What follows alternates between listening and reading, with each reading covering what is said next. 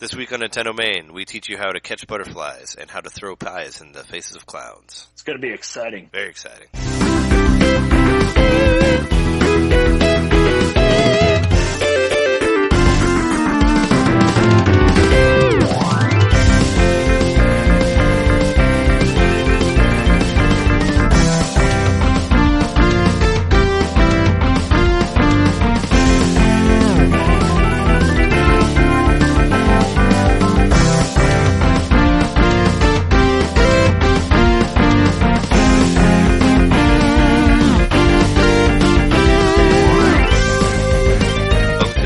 Episode 35. We're your hosts, Trey Johnson, and... Hey, what's up? It's me, Jeremy Mikowski. We're back again, this time with an exciting episode. Try not to say that too much, but it is. But I'm so excited. I'm excited about trucks and bots that look like spiders and other weird things. And also about motocross. Yeah. But first up, the news for the week. Have you, pretty much our podcast curse again. After we stopped recording last week was the patent. Did you see the patent with the, detachable buttons that Nintendo had actually done? So there's more camera-based, infrared camera-based. I guess from what I heard, it's pretty much the same technology that they use for the CirclePad Pro. CirclePad Pro works the same way for the 3DS. Like that uses IR as well. Oh, really? To communicate with it, yeah. So I mean that works fine. I mean it did. It works really fine for me. So, but pretty much it's a camera watching and then interpreting what you're doing, right? No, I mean it's communicating. Like it's the way that. I think it's just where it connects. Just where it connects on the side is where the infrared is. For that particular patent. Okay. So it's just like, it's just connecting to read the button presses, through that connection on the side. So yeah, it works the same way. Like the other one, it like went in through like the charging thing on the top. Like you'd plug it in there and then it would go around the system and then there were more buttons to use now. So it's similar to that. But it would be like a different port, like an IR port or whatever. That would be on the side of whatever it attaches to, and that would be how it works. At least that's what I understood. At least that's what I understood from what it was. I mean, it worked for the CirclePad Pro. I'm not worried. I'm not really worried about it. It's just something that we saw there right after we were done recording. Nintendo to like take something super archaic, make it like cutting edge. I mean, like the Wiimotes have cameras in them, so it's not really, it's a camera that communicates with the sensor bar. It almost kind of reminds me of like the technology that they use for like zappers for the sensor bar, like where it like pretty much sends something to the sensor bar sends it back. It's kind of probably based on sort of the same technology of the zapper, if you think about it. The zapper itself was a camera, a really rudimentary camera. Yeah. Picked up dots. I remember when the Wii was like, when it wasn't out yet and people had heard that there were cameras in the contrors and everybody's like, oh, well, you can like, take pictures of yourself or something. And they never used it for anything like that. It was in there. It's just, it never did anything other than read the sensor bar. I imagine it would have been really low res. Oh, I'm sure it's super, super low res. And I think it's the same thing for this. Like, I don't think it's a camera that's actually going to take pictures or anything. It's just going to, do whatever it needs to do to communicate with the attachment. So, there was also SegmentNext.com. They claim that sources say that they're using the Tegra X2 chip. So that's probably just more bullshit, but I don't know. Oh, so they're using There was an article up there chip. basically saying that they're using the new chip, the one that's more powerful than the current systems. So, but it's still like a custom chip, right? So it's like somehow more cost efficient. It's one that they've been working on for a while. It's not like quite out yet, but that's what, it's supposed to launch like sort of around the same time or before. So NX is going to be cutting edge. Yeah, so it would be. I don't believe it for a second. Well, that was part of some rumors also. All of this is still rumors. Nintendo, please tell us something already. I'm tired of waiting. But that's all. They're always best off not being cutting edge and just relying on like proprietary technology. Hey man, the Super Nintendo was cutting edge, and that's still my favorite system. So you're right. That was like the N64. You could say the N64 was cutting edge to PlayStation. PlayStation just had an up because of what you could store on CDs. FMV, man. FMV. Yeah, an FMV, which, man, it was so awful back then. Like, FMV was on everything, was tacked on everything. It looked so bad. And it was always like a false advertisement on the cases of the CDs. I remember they would mostly just show you pictures of the FMV. Like, especially Tomb Raider was always notorious for that. For having pictures on the games that were not actually from the game. It was just either an FMV or some render that, they just made to be like, here, this is what it looks like. I remember that being obsessed with graphics, man. I remember that being a whole thing in the 90s where like people I think they had to hammer down on that because a lot of stuff, they were releasing a lot of games that had screenshots on them that weren't real screenshots. Or they were sending ones to magazines that weren't actual screenshots. They were just pre-rendered stuff. I remember when the N-Gage came around, like they're like, look at all this stuff, and it's like it's just a cutscene, it's just a video. It was like no actual footage. That was the thing for a while. Thankfully they don't do that anymore. Well, the goal was to be the most realistic for the longest time. I don't think that's a thing as much anymore, but the uncanny valley is real. Everybody has seen it this point. Yeah. Like you can't get really close to realism and look more realistic. Like you get too close to realism and you start to look creepy. It would end up like Mortal Kombat, right? Where they use where they actually photograph real people and put them in there. Yeah, I mean, I guess. I mean, that was their thing. Like Mortal Kombat 1 through 3 was all actual actors. That's realism, man. A 3D game where the mouth movements didn't like take me out of the experience. Oh yeah. Well, most of the time, a lot of them aren't like synced at all, and especially Japanese games, they don't. That's true. They don't like redo the way they talk. So they're basically speaking Japanese, but they're just throwing American. They're just putting the English track on there on top of it. Even though like Final Fantasy 13 did do 2 different versions for that game. You know, there's one good thing that it did. was if you played the American version, they actually did change the way the mouths move, so they would actually say the words instead of just dubbing it like most games. Because Metal Gear Solid was notorious for that, for having, for basically, you know, just having them talk Japanese and then just throwing American, or throwing English over it, you know, so none of it ever syncs up. Yeah, I guess that's okay. I could accept that. But that's just kind of what I thought about it, so I didn't really care. Was it Devil's Third? Seems pretty synced up. Which I think that game is a lot of fun. I don't know why that game got such a, or maybe it just got a mediocre review. Yeah, I still play it. It's been a lot. It's a lot of fun. I mean, it's exactly what I want. Like I don't really. Are you enjoying the online play? I played one game of it, but I haven't been able to connect ever since. There's just nobody on it, really, you know, so I can't really find it. Wow. Are they going to be like a renaissance right before it's disconnected? Yeah, in November, in late November, there'll be a lot of people on there, I'm sure. I played one match with like 5 other guys. I did okay. You know, I got third. I didn't get last. But they were doing some fucking crazy ass moves to me. They were like jumping off of roofs and like throwing swords at me and like doing all this other crazy shit that I didn't know how to do. But they did some crazy stuff with me. But I killed enough guys to not get last place, so it was cool for that. Good for you. Yeah, I finished Dragon Warrior 3 also, which is awesome. That's a really cool game. That is awesome. It's a really good game. You're actually really going through the series. I finally made it to 4. I didn't think I'd ever make it to 4. Actually, well, Dragon Warrior 3 is a really good game. I totally recommend it. But it's a long game, and there's even like I didn't do everything. Like I basically got to the end of it and moved on to 4 just because I was really itching to play 4. Because I haven't played any of the DS ones yet. But I'm going to come back to 3 and play the rest of it. Because there's like 2 extra dungeons that are on the Game Boy version. There's the one that's from the Super Nintendo remake, and there's also another one that was added on just for the Game Boy Color version. So what you're saying is you got the end game, but you didn't get like the final. Well, I didn't do the extras, like the whatever you call it.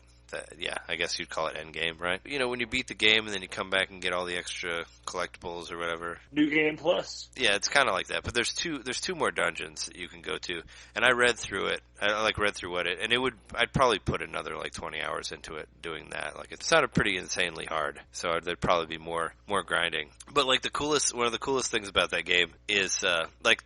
The second one does this too. Like Dragon Warrior 2 also includes like the original game in it, like the original land of the original game, and I think I've talked about that. But the way this one does it, it actually kind of makes you play it like the way you play Dragon Warrior 1. So like you collect all these orbs and you get this bird creature, which is awesome. You get this bird that helps you like fly around the world. It's like it reminded me of like Final Fantasy VI, like when you find the airship for the first time. And you're like, oh shit, I can go everywhere now. It's like I have all this freedom and I don't get attacked. It felt like that, and the song was really good too for the bird song. So you use the bird and you fly to this castle and you fight like the demon lord, like who's supposed to be the last guy of the game, and you beat him. And then it kind of like goes through a bit of an ending, like a false ending. And then this guy shows up from Alefgard, and he's like, oh, fuck you, there's all this other shit. So you have to drop into this hole, and then you find this underground, which is the original land from the first game. So you kind of get dropped down there without your bird. So you have to basically walk all around the land again like you did in the first Dragon Warrior, and basically grind for a while until you can get to the last guy of that, the actual Dragon Lord. and then you beat him. So they kind of force you to play Dragon Warrior 1 again, except with more characters, which I thought was really cool. And I enjoyed it. I actually had a lot of fun, like, walking through Alefgard again. And it's Didn't like... you say in 2 that the whole world from 1 was in 2? It is, but you can, it's smaller. It seems smaller, and you have a boat, so you can kind of just boat around. And you get a boat too for this. But if you want to find everything, you kind of just gotta drudge through it and just grind. This is basically where you get to just grinding through Alefgard, which I actually had a lot of fun doing.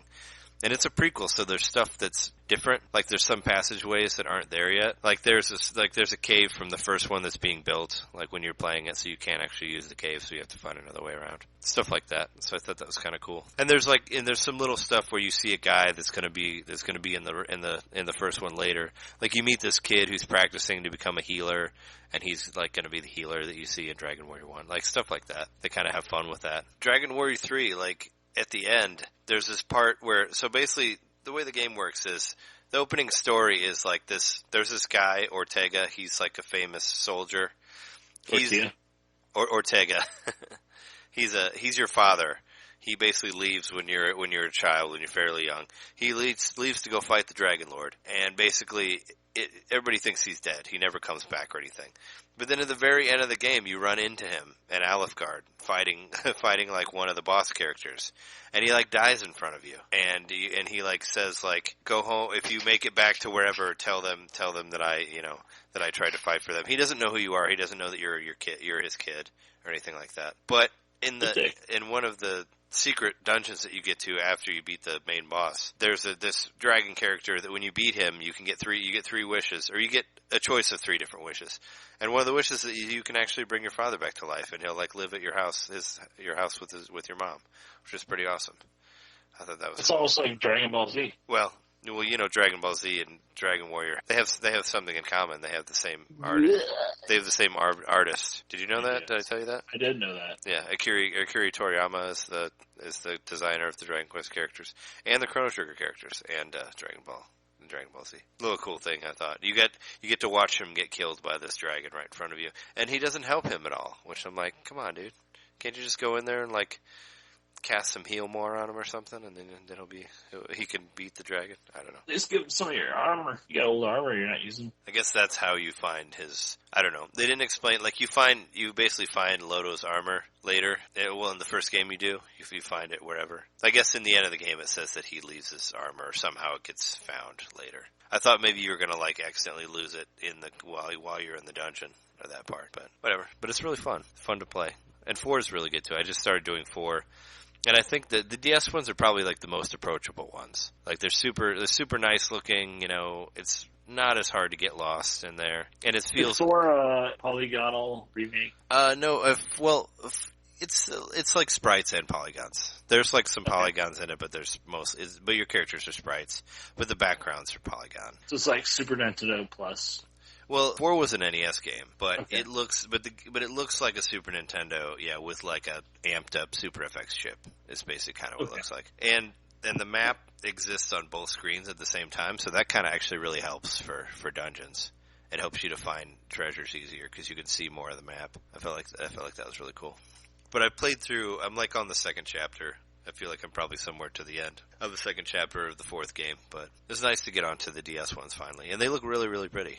This one's the 4 is an NES game, and then 5 and 6 are Super Nintendo games remade. So 5 is supposed to be the best one from what I've heard of people say. A lot of people talk about 3 and 5 and 8, I guess. So I guess it's one of those it's like the Tony Hawks where it's the odd numbers are always better than the even numbers, Like the new Star Trek versus the old Star Trek. The old Star Trek was like the even numbers were good, and the new one's like the odd numbers are good. That's what they say. But yeah, that's cool. I also I bought Contra 3 for 3DS just to try out some pixel perfect Super Nintendo stuff. I finally broke down and got it, and it looks pretty good. Alien Wars? Yeah, I bought Alien Wars for 3DS. It was either that or Mega Man 8, and I decided to go for... I have the actual cartridge of it. Is it 8 or maybe it's 7? It's whatever the last Mega Man was, the Super Nintendo one. Because there's one on PlayStation, so I think it might be 7. It's either 6 or 7. But that's on 3DS now too. And I was like, I should try one of these and see how they look. And I did Alien Wars, and it looks good. It looks like Super Nintendo, I guess. So I played around with that for a little bit, and I also preloaded Federation Force. I bought that so I could just play it at 11 on Thursday. So we'll have some coverage of that for next week. Let you know how it goes. Hopefully, some other people buy it, so I'm not just like playing it by myself. Since it's like since it's an online co-op game, there needs to be some other people playing it. I think there'll be enough at the beginning to play it. I felt like what did you pay for it? 30? 40. I mean, it's $39.99. So I went ahead and preloaded it, so it's just ready. So it's ready to go. It's already downloaded and on my system. It just has to be unlocked. 11 p.m. on Thursday? Or yeah. AM? 11 p.m. on Thursday is when it normally goes. So I don't know how many people bought it that early, but we'll see. Thursday night, we'll see if anybody's on at 11 p.m. I think some people are going to get it. I don't know. I like the idea of it. I think it looks fun. I mean, I'm not a huge fan of the art style, but I think it's still going to be a fun game. So I'm pumped about it. I was never really a hater for it. It's just they should have announced it along with another Metroid announcement. It would have made it like so much better received. Yeah. Then people wouldn't have been so upset, but. About the 30th anniversary. Yeah, 30th anniversary. This is what we get, Federation Force. Yeah, they probably thought people would be more excited when they originally came up with it. Yeah, I don't know. What is it? Maybe they don't. I mean, they should definitely understand like the want for a new Metroid game now. I mean, I love to bring this depressing piece of news up, but it was one of the last things Awad ever posted was like, sorry about E3, when people are pissed off about Federation. Oh, yeah. Well, I like the Reggie stuff, too, where he was like, shut up and give it a chance. That's kind of what he was saying. He's like, settle down. We're not going to stop making this game just because you said not to stop making it. They believe in this game. Yeah. But that was You do too, Trey. You preloaded it. I did preload it. I'm excited to play it. I want to play an you online. You dropped 40 U.S. bones because you believe. Yeah, I think it looks cool. I wanted to play it, and it's mostly because I had so much fun with Triforce Heroes, and I'd hope for it to be as fun as that game. Because the online co-op for that was really cool. Even though it seems like everybody kind of dropped off of that one pretty quickly, but hopefully they stay on Federation Force for longer. But it's basically kind of like a portable, Destiny type game, which is pretty cool because that doesn't really exist anywhere else. I mean, I'll play Destiny, but like that type of game, like a co-op online thing. And I think it could be really fun. I'm sure there's loot somewhere. I mean, I know there's some healing stuff. Like that's in the demo, in the Blast Ball demo. They teach you how to be a healer and throw stuff at people and heal characters. Okay, so you're like, yeah, it's got a bit of a so like there's a different whatever. Yeah, I'm sure there'll be like the tank and the healer and whatever else, like sort of class type things that you can pick as you go. I'm sure. Are you going to use the thumb nub for it? I mean, I don't really have a choice, so I better get good with it. I mean the thing that was on the strap for Metroid Prime Hunters. Oh, on the touch screen? Yeah, you had to use the nub that was attached to the wrist strap. I actually brought that out to try to use it on Kid Icarus Uprising, because that game is so hard to control that I was trying to make it better. Because even with the new 3DS, or the CirclePad Pro, they would not let you do dual analog, which is really annoying. You still have to use the screen to aim, even if you have two joysticks. And it's funny because they support it, but they only support it into where you can use the right one to walk or the left one to walk, but you can't use both. So it's just to make it lefty-righty. Yeah, it's like a lefty-righty thing, but it won't let you use one to aim and one to walk, which would make the game a lot more playable. But whatever, I don't know. We might have lost some fans for that. Some people really like that game, but I don't know. Yeah, I don't know if it's free. It's not that. It's a carpal tunnel. It's not that expensive. I mean, I found a used one at GameStop for like $7. So I wasn't willing to put a whole lot into it. So I just bought a used cartridge, just gave it a go. Now that I've got everything hooked up to my TV, I've started to develop a wish list of games. So I bought Mario Sunshine recently. Oh, yeah. I'm gonna start playing that shit, and of course, I've been playing all these Excite games. Yeah, well, we'll get to that later. But yeah, I've been playing Super Paper Mario. I keep chugging along in that game. Do you like it more now than you did before? Yeah, I like it more. I like it more the more I play it. So I think it's cool. Definitely, it grows on you. And I think I listened to the last podcast. I want to apologize because in the podcast I mentioned save states. Like I'd use save states. I have not used save states. There are none. I was going to say, I don't think you can for Wii Virtual Console stuff. Because it just plays it straight off of the Wii that's on the system. What I thought was a save state was just me using a save to restore, going back to a spot. Oh, sure. I figured that was what you meant, because you can't That's what I meant. So apologies. There are no save states in Super Paper or any of the Wii games on Wii U. No, there's not. When I was playing the topic of the week, I actually did end up ordering a couple games off of eBay for really cheap. I bought what was it? I bought Excite Truck again, and The game's great. I bought it for like $7 with I consider it comes with another game too, which I consider being a free game because it came with it's Excite Truck and Nitro Bike for $7 free shipping, and I'm like, okay, that's cool. Nitro Bike is a Ubisoft game made exclusively for the Wii, which I remember listening to one of the IGN Weekend reviews. And Mark Bozon referred to it as basically like a girlfriend that you're not really physically attracted to, but she cooks really well. Is basically what he said about that game. That it's that the graphics are bad, but the control's great. So I was like, hey, whatever, I'll check it out. It's pretty much free here. You know, I'm basically getting like 2 games for like $3, or what I think, 1 for $7 and 1 for nothing. That's basically what I thought of it. So I'm like, hey, what the fuck? I'll get both of them. And also, just because when I was thinking about Excite Truck, I was thinking about launch games. I ordered a Tony Hawk Downhill Jam for like $4, no shipping. Why? Off of eBay. Because I kind of like that game. I wanted to play it again. It reminded me of it. I have it on DS already, but I wanted to play the Wii. It's $4. It's not bad. I feel the same way, man. I bought Super Mario Sunshine. I got that, I think, for $27. You know, it's got no box or nothing, but yeah. Well, that sounds about right. I mean, those Nintendo games, they still sell for $60, even though they're they still they still sell for 50, 60 most places. I'm happy so to it's get kind it of for like that price, just so I can finally own the game again because I keep wanting to play it. I have the hardware, so.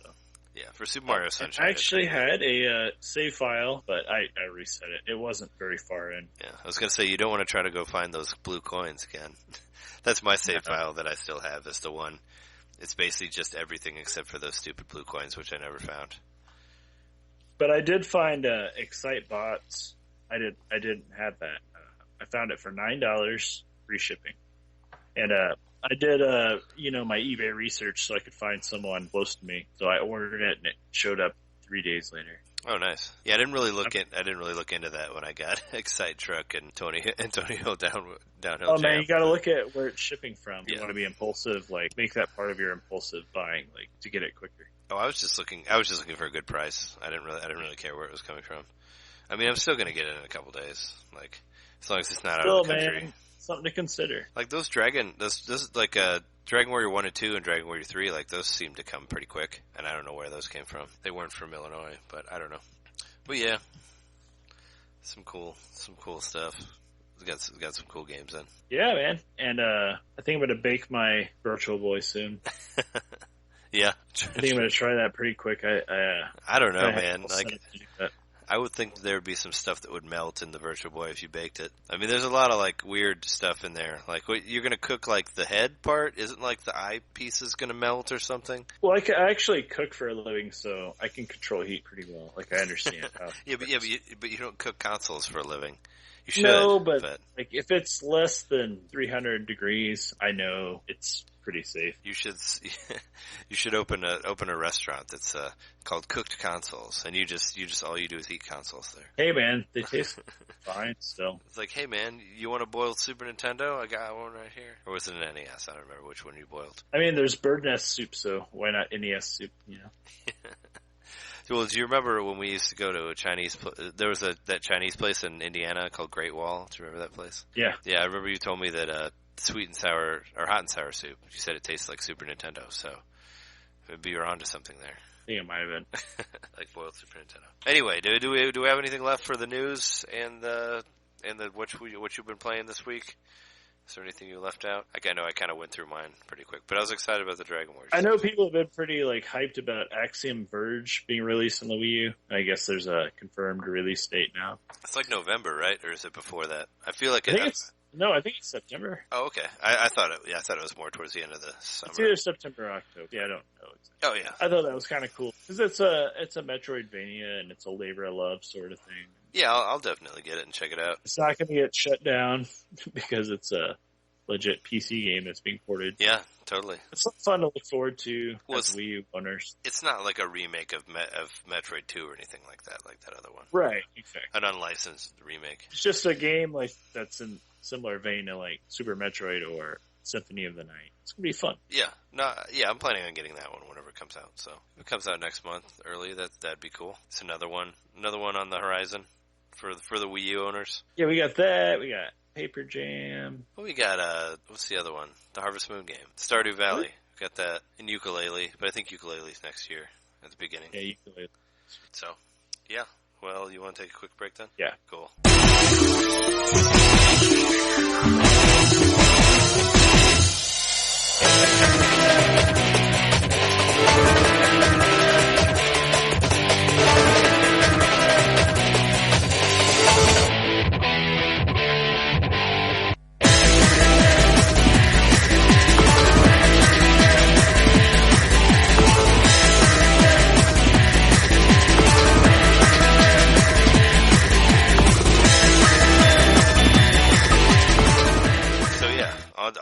On to our topic of the week. We're gonna get into the Excite series for the Wii. Just the monster games ones.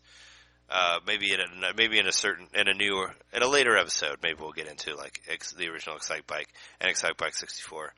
But for this one, we're going to get into the launch title Excite Truck and Excite Bots, which you played both of them. I played the first one a long time ago, but didn't get to play it recently, but I think I remember it enough. Yeah, I played both of them. I got Excite Bot 2 days ago, so I don't have a whole lot of experience with it, but it feels pretty similar, and it's got some added perks. Yeah, it's got obviously the graphics look better. It's got a lot of weird shit in it. And did you notice that the races are pretty much the same in both of the games? Just one of them has more emphasis on doing tricks, which is cool because the original one I kind of liked how it wasn't really about like where you placed.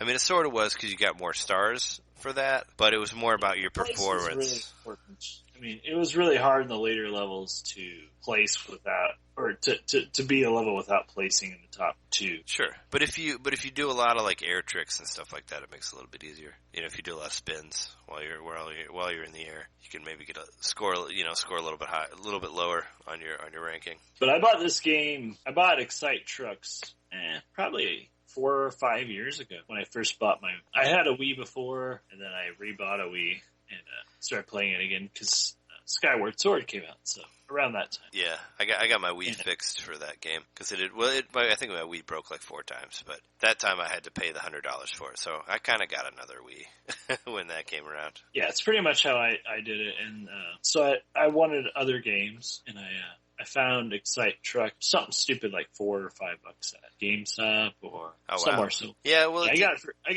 cheap, and it didn't have the original case. It didn't have a manual, just a disc. Actually, I think I have the case here. I did buy it at GameStop. Oh, okay. So it's one of those like the ones where it has like the cartoon person on there. It's not like an actual. I paid $4.49 for it. Nice. Well, supposedly it didn't sell. Supposedly it didn't sell that well, but it sold enough to get 2 sequels. From what I read, from what I could find online, they said it only sold like 13,000 like in the first month. So I don't know if that's good or not for a launch game. I guess Nintendo thought it was good enough. Well, the Wii was taken off, and that just wasn't a game that people wanted to play, I guess. But it's just too bad because it's a wonderful game. Like I haven't been able to stop playing it. It's a lot of fun.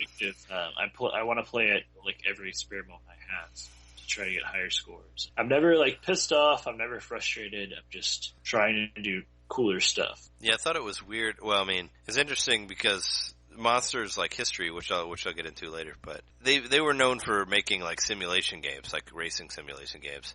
And when they got to do this, it was this all-out crazy arcade-style racer, which was different from all the other stuff they had done. But they did it really well. You know, I liked how it was super over the top, and I liked how you could like alter the ground and it would throw the trucks off, and like you get points for that. And all the levels look pretty cool. And like I like most games, like where you get to the end, you get to go to the moon, sort of. I mean, you go to Nebula, but it's pretty much the moon. I mean, it's like a planet. It's an outer space planet. So I think a good way to describe this game would be like you are in God mode, because no matter what the other players can do, they really can't affect what's happening. You can. Yeah, they can't.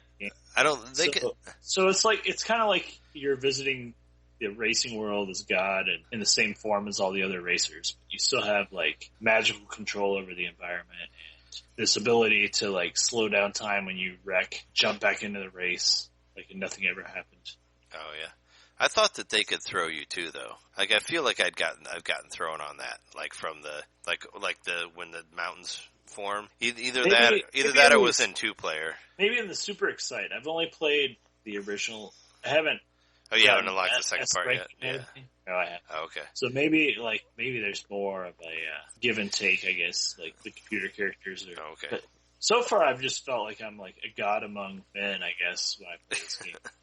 Yeah, well, I mean, it does get a lot harder, but I do remember getting thrown, like, in some way. Either it was through the 2-player or the single-player. But it's because you kind of, like, get thrown and you have to sort of, like, right your car, and if you land it right, you get points. It works the same way in Excitebytes. One great thing about Excitetrack also was, like, it's one of the few Nintendo games where you can make your own soundtrack. I don't know if you did that at all, but I remember that was the first time that I bought an SD card, was just so I could make a soundtrack for Excitetrack. I bought, like, a 2-gig SD card. Wait, it was my first SD card. You had an SD card before that? No, I had not had one before that. Wow.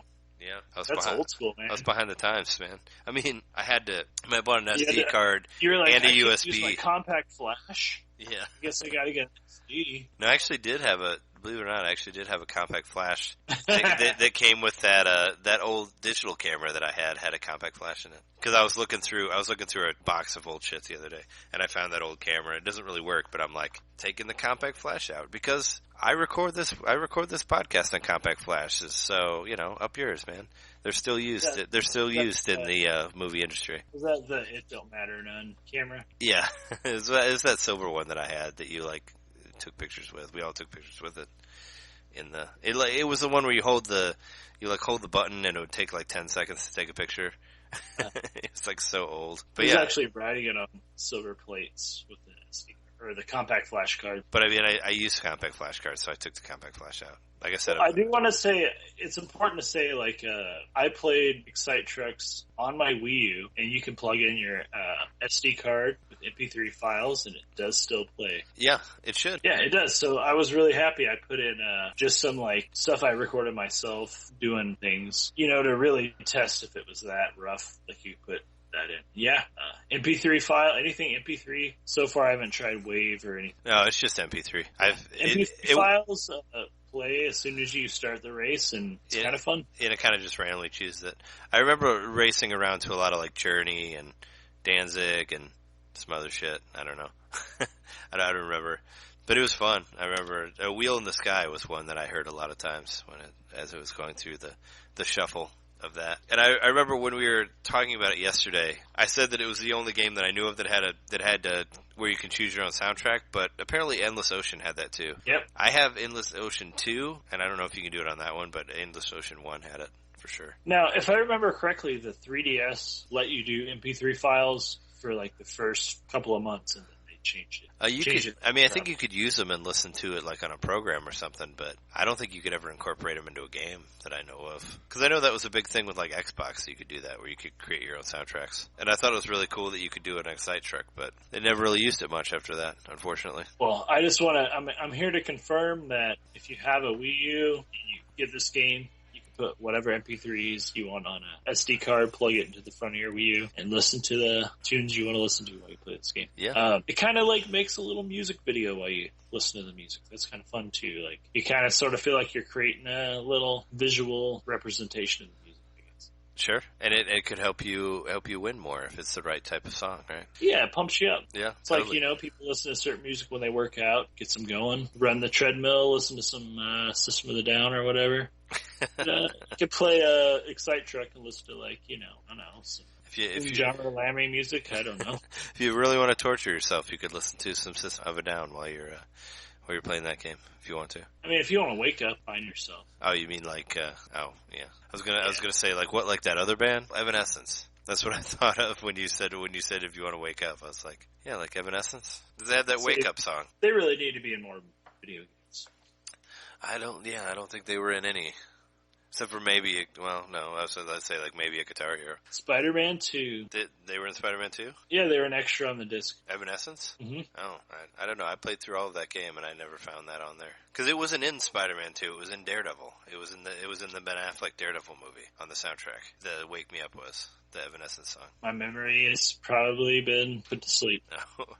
I mean, it wasn't, as far as I know, it wasn't on Spider-Man 2.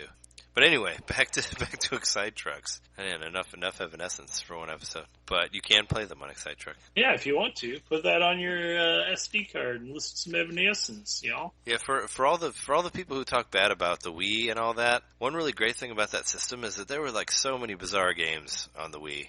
I mean, like we could do like multiple episodes in the future, and hopefully the Wii will, about all of the weird shit that was on the Wii. And I liked it. I was very welcoming to that, to all the strange games that came on there. And like Excite Trucks and Excite Bots, especially Excite Bots, were both weird games. And I kind of like how it had such a high user base that they were fine with doing weird experiments in different type of games. I mean, there's like a Dead Space light gun game on there, you know, like that's insane. And like 2 Resident Evil light gun games also, which is kind of weird. It was Nintendo's PS2. Yeah, it was. I mean, it won the console war or whatever.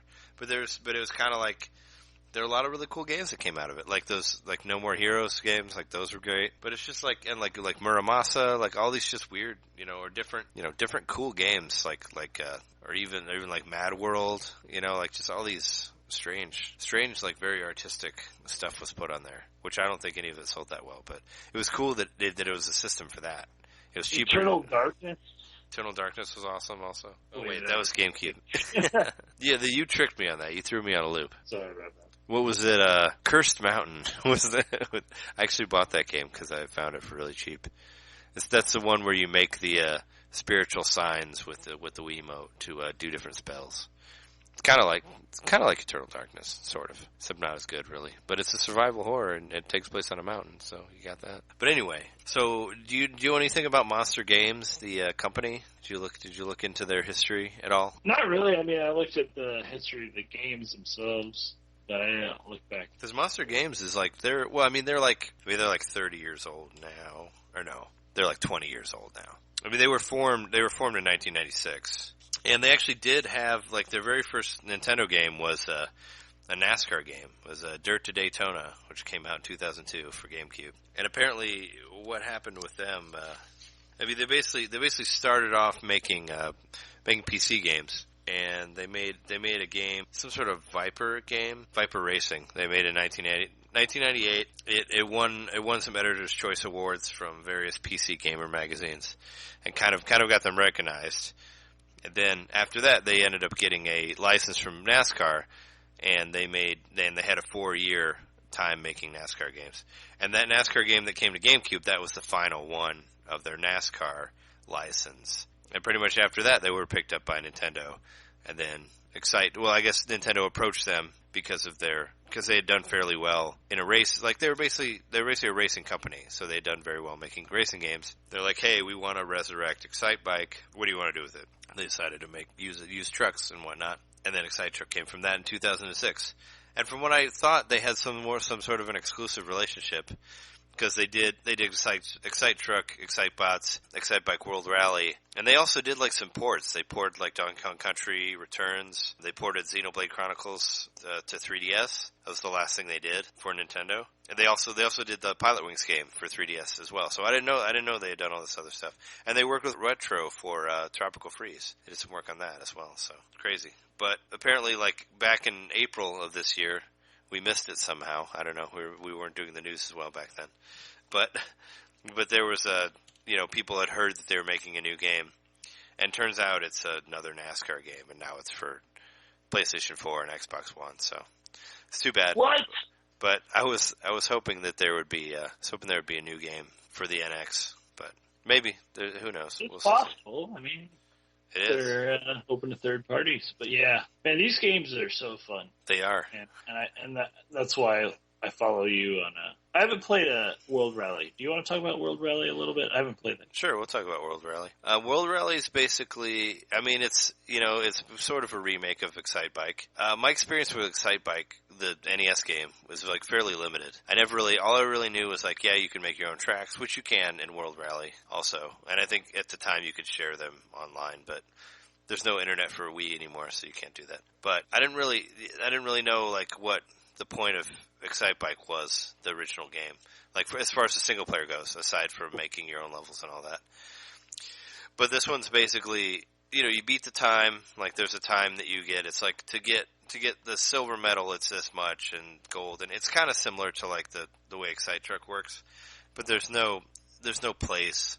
It's all about trying to get a certain time, and it's all about like, hitting the jumps at the right time and landing correctly, and you can like wheelie over guys like you did in the original game, and you can also like cut them off where you come down in front of them and they get knocked off the course. And it's a lot of fun if you like that type of game. Like if you like Excite Bike, it's a great game. Like it's basically, if Excite Bike would have come out now, it's basically kind of what you would think. Like for that same style, there's like 4 different sets of levels, so there's a lot of stuff to play around with, and it's pretty tough. It's challenging, but it's not too challenging. I actually spent. Is it like an Excite Bike where no matter how fast or far you're going, like someone's always in front of you? Yeah, you'll always see bikers around, but they're just there. But they're not. Yeah, there's no place thing. So you're not trying to place with them. No, you're just trying not to hit them more than anything. It's just like getting around them. But you get points for like wheeling over them, or like if you like jump and like land on one of them and knock them down, you get a little boost for that. So you get little boosts in there, and it's the same thing. Don't you have to actually avoid people running to get back to their bike too? I mean, I didn't run into that. Because when they were running to get back to the bike, they were off the track. So I don't know. I mean, they were never in front of me. Like the bike was never in front of me, or the person was not. It was just when they were on the bike. It's not just a single bike. So I don't know. But it could be. I mean, it's pretty detailed, so I would guess that it was. But it's fun. It was like $10 when it came out, and it's still $10. Still? There's no sales on the Wii shop, or whatever they called it. I think it was the Wii. Never was. I think it was the Wii shop, so it's still the same. It'd be cool if they'd re-release it for like 3DS or Wii U. It's a fun game to play. And I feel like it kind of like went under the radar. I mean, it came out pretty much around the same time as Excitebots. I think it just came out a little bit later than that. But it's they did say that 2-player local wouldn't work because of how the screen was. Yeah, well, it's weird because if you play with motion control, it's like isometric, but if you play it just regular, it's not. It's just, so I just played the regular 2D version where you just move with the control pad and not the motion control. And it just looks, then it's just flat on 2D, no isometric. So, but it's fun. There was some online when it came out, but like I said, there's no online now. But I think it's pretty cool. Like if you really wanted to play both of the Excite Trucks and Excite Bots, if you have a Wii U or a Wii, you can find them on eBay for less than $20 for both. Oh yeah, you could get Excite Bots and Excite Truck for like probably no more than like 20, I would say, for both of them. And then if you got World Rally, then you have them all for 30. We didn't really talk about Excite Bike 64. I guess we weren't going to. Yeah, I mean, I didn't really have time to play it, and I figured that would be for a future episode, since we were just pretty much going to focus on the monster stuff. Yeah, it's a very different game. So. But I really like the way they handled the Excite Bike remake. I wish they would do that more, like some more like old retro stuff, but make it kind of new and add more stuff to it. I mean, I think that's worked out really well. And that was another kind of thing that they did with, what I was saying, like what they did with the Wii, where a lot of it was experimental. They did like a sequel. There was like a Blaster Master sequel that was WiiWare, the same thing. They did like a Contra sequel. There was a Castlevania sequel as well that was all WiiWare stuff. So they did kind of do that to a point, but I don't think any of it was done as well as World Rally. But it'd be cool. They really got an install base with the Wii Sports. It helped a lot. Well, yeah. I mean, it came with the system. But a lot of people, they had all the casual market, but the most people who bought it, they only played that. And they didn't realize there were other games.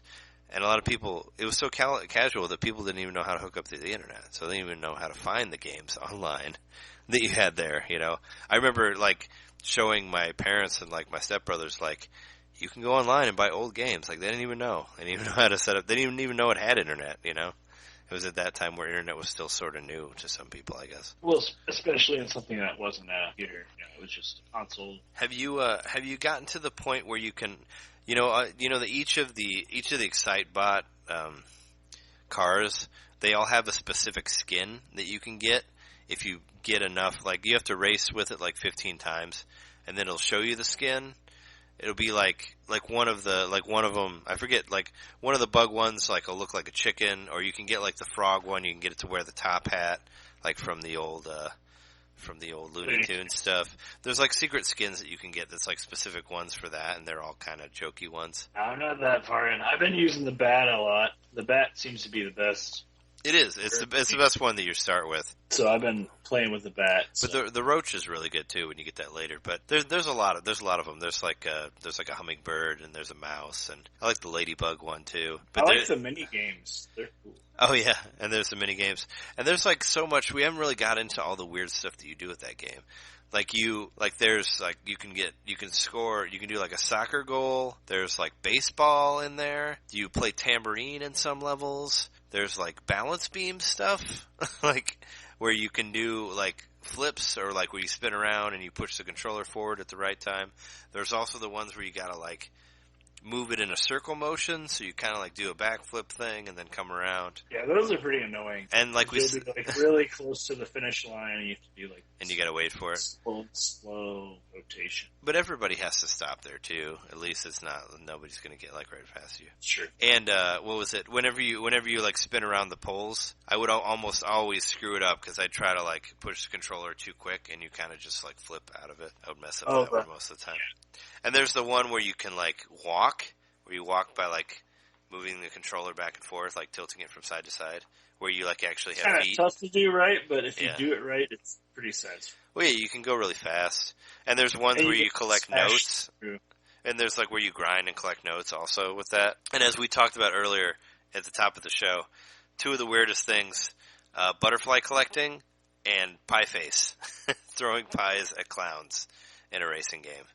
Just it's so bizarre. Like I remember when I saw this, I thought it was a Japanese game because of how weird it was. But it turns out that Monster Games, they're from Minnesota. They're from America. They're from Minnesota. I don't know. Something must be in the water up there. Minnesota. Yeah, they're one game I played a little bit. We didn't mention it. There's a poker game. Oh yeah, so there's a weird betting type thing. I couldn't really figure that out. Like when I had internet.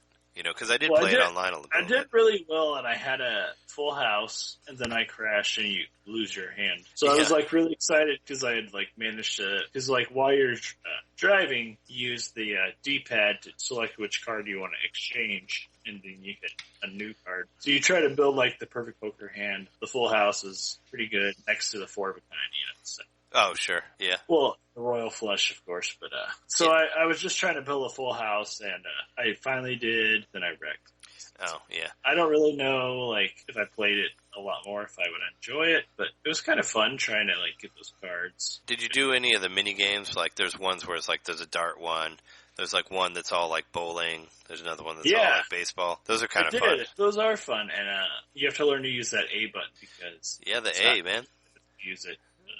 Pressing A makes your mind explode. I think that was another thing that Mark Bozon said in an old IGN podcast was saying that, like, you know, Excitebox is crazy. Like, pressing A makes everything happen, makes all this crazy shit happen. I think he said, like, pressing A makes your mind explode. I think is what he said. Something like that.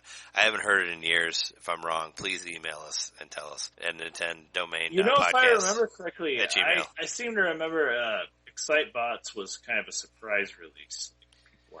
Yeah, it came out in 2009. I didn't really expect it, but I thought it was very cool because I like Excite Truck a lot. Like, holy shit, this game's pretty, yeah. Yeah. Well, what I was gonna like, it does not have the MP3 functionality. Yeah, it was a shame that it wasn't on there. But what I was gonna say, when Excite Truck came out, it being a launch title, it kind of like helped me gauge a little bit the graphical power of the Wii, and I thought it looked pretty good. You know, from what I saw, like I thought it looked nice. For what it was, you know?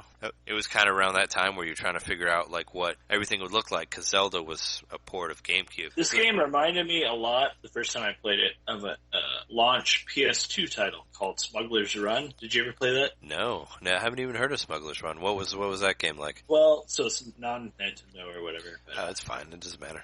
It was one. It's in reference to a Nintendo game. It's fine. It was one of the first games I ever played where one of the appeal of it was like, if you see something, you can get to it. Oh, sure. It was an off-road racing slash. It was kind of it was similar to like I guess like certain missions of Grand Theft Auto where you like pick something up and then you have to like keep from getting caught while you have it. So like kind of a capture the flag sort of thing. Oh, okay. But it had these huge environments where like you would see a mountain in the distance, you could get to that mountain. That's when I first played Excite Truck. It reminded me a lot of that. And it was several years later, but it was still kind of the same thing. Oh, okay. Anything you see, you can go to in this game. Like, well, there's invisible walls, though, to a point. There's like those arrows that you can't get through. And I played there's a special mode on Excite Truck. I think it's just called Truck Smash. You just drive around in full, you don't have to stick to the track. You're just trying to smash everybody else. Oh, yeah, I remember that. It's pretty fun, and, like, it totally takes away, you know, are you going the right way, are you going the wrong way, are you following the track? Like, you just get to, like, explore the 3D world and smash people. Sure. It's pretty fun. Yeah, totally. So, I played that mode a few times, and I think these two games have a lot to offer. I think, like, they're worth their weight in gold, so to speak. Well, Excite Truck in particular has like, well, there's Super Excite, and then there's a harder mode after that, and there's a mirror mode also. That wasn't included in Excitebots, but there's like more tiers of stuff to do in that. And I remember playing it all the way to getting like the best truck at the very end of the first one, and getting to like the Crystal Cup and all that. So I could see this being a really fun game to have friends over and just take turns playing the courses and try to get. Yeah, I mean it was great as a launch title for that, where you just trade the controller back and forth and just go and see what you can get, you know. I remember doing that, like when I first got it out, like here, you know, do some tricks and, you know, hit other cars and all that. It's a lot of fun. And I remember trying to get people to play Excitebots when that came out. Everybody being like, this game's really weird. I was like, but it's cool. Play it. I've been playing both these games through a Wii U on my HD TV, and they look great also. Oh yeah. No, I played World Rally and Excitebots through my Wii U as well. So it was upscale. Looked real pretty. Playing nowadays. Yeah, they're hidden gems that you can play on the Wii U or the Wii. You know, some people kind of forgot about them, but they're really cheap and they're really fun to play. We fully recommend them. Check them out if you can find them. I mean, if they're like I said, you can probably pay like $10 at the most on eBay. I saw some going for $15. It's way too much. If you're a true collector that wants like the full package, you might pay like $30. I mean, mine one that came with the free game is with box and booklet. Oh wow! Yeah, I mean, I try to buy things with boxes. Oh, wow. That's what I do. I've been trying to get Dragon Quest 6 because I don't have that one yet, and I'm only looking at ones with boxes because I want to put them in the shelf next to each other. But yeah, no, everything I ordered from there, even like the Tony Hawk for $4, was with box and book, so it can be done. And the Nitro Bike is box and book also. So, is there anything we haven't covered about Excite Truck and Excitebots? I mean, they're racing games, so it's kind of like I don't know what else we could get into. I mean, it's structured different than most racing games. There's not really. I mean, yeah, you get stars and you get graded on each track, but it's not really like it's a culmination of all your points that helps you get to the next round and all that. It's just kind of like scoring a certain level, you know. It's very arcadey. Yeah, it is. It's super arcadey, and that's what makes it a lot of fun and easy to play. These games, like, you can't get really frustrated playing them because if you can't get through a level, go to another level, try a different character, play through it, or a different truck or whatever. One thing I forgot that I thought was really cool from Excite Truck is like you have the boost on the control pad, and when you go into water, the boost it cools off. Your car cools off. I thought that was really neat. Like, yeah, so you can't overheat your engine while you're in water. Yeah, and there's some snow levels, and I always wondered why you can't just hold turbo the whole time for that because it's colder. But whatever. It was just kind of cool that you had because in the original game it had the arrows that take your temperature down, and they do that in World Rally also. But they basically did what they could. Chevrons, or what are they called? It's just like arrows on the map that when you go over your temperature goes down. Some chevrons. Okay. Chevrons, if that's what they're called. Yeah, they're just like 5 arrows, like one in front of each other, and it's just written. It's like drawn on the ground, So you basically had some sort of you had that to where you could cool down, and the manipulation of the environment was basically their excuse to not make your own levels on there, which kind of sucks that they didn't get to that for Excitebots, but I don't know. maybe we'll get another one, and they will. But yeah, I think we've covered that, right? Anything Yeah, else? Anything else you forgot? Can't think of anything. All right. Well, that's been our episode 35.